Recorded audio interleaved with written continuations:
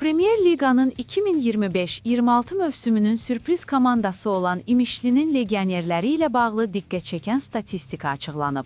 Sport 1 AS xəbər verir ki, Transfermarkt portalının son yenilənməsi Aran təmsilçisi üçün olduqca müsbət mənzərə ortaya qoyub.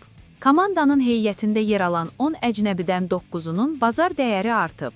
Yalnız bir futbolçunun qiyməti əvvəlki göstərici ilə müqayisədə sabit qalıb. Müdafiəçi Edwin Banguera'nın bazar dəyəri 200.000 avrodan 600.000-ə yüksəlib. Kolumbiyalı komanda daxilində dəyəri ən çox artan legionerdir. Edwin həm də kollektivin ən bahalı futbolçusudur. Juninho'nun da qiymətində nəzərə çarpan artım var.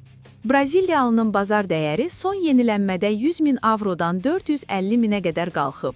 Diogo Rollo'nun qiyməti isə 125.000-dən 350.000-ə dəyişib. Portuqaliyalı cari mövsümdə əsas heyətdə daha çox şans qazanan futbolçular sırasındadır. Belaruslu qapıçı Andrey Sinenko'nun da bazar dəyəri yüksəlib. 28 yaşlı futbolçunun qiyməti 100.000-dən 350.000-ə qalxıb. Yarım müdafiə xəttində çıxış edən Ezekiel Morgan'ın bazar dəyəri də artanlar sırasındadır.